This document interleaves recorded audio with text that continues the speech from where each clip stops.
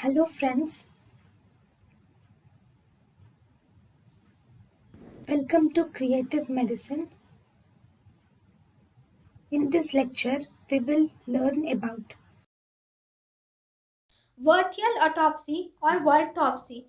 In virtual autopsy, we subject the dead body for many imaging techniques like CT scan and MRI. After looking at these images, we opine about the cause of death even without opening or doing autopsy. In autopsy, the cause of death is determined without dissecting the body by CT and MRI images. What thank you and thank you for watching.